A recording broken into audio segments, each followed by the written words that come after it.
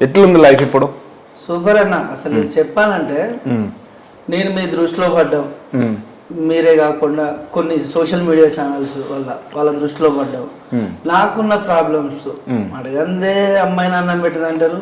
ఇన్ని రోజులు నా మనసులో దాచుకున్న నా బాధలు, అంటే ఒకప్పుడు ఒక మంచి అద్భుతమైన పాటను అందించి, అంత మంచి సాహిత్యాన్ని అందించి, ఒక ఒక సినిమానే నా పేరు మీద, ఎవరి పేరు మీద సినిమా వస్తుందన్న, ఒక సినిమా నా పేరు మీద వచ్చిండి ఎక్కడనో పోయి హన్మకొండలో పాన్ షాప్ పెట్టుకొని బ్రతుకుతుండు. ఆయన ఏంది ప్రాబ్లం, మంచి టాలెంట్ పెట్టుకొని అక్కడ ఎందుకు ఉండిపోయిందని చాలామంది అనడం వల్ల నేను హైదరాబాద్కు రావడం.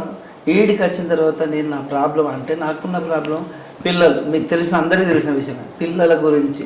వాళ్ళిద్దరికి మాటలు రావు, చెవులు వినబడే అని ఆ ప్రాబ్లం ట్రీట్మెంట్ కోసం పైసలు లేక, అవకాశాలు లేక ఇబ్బందులు పడుతున్నా అని మీ ద్వారా నేను జనాలకు చెప్పడం, ప్రతి ఒక్కరు నా పాట మీద ఉన్న అభిమానంతో, నన్ను చూసి కాదు, నా పాట మీద ఉన్న అభిమానంతో నా పిల్లలకు ఉన్న ప్రాబ్లంకు స్పందించి ప్రతి ఒక్కరు హెల్ప్ చేసేళ్ళు.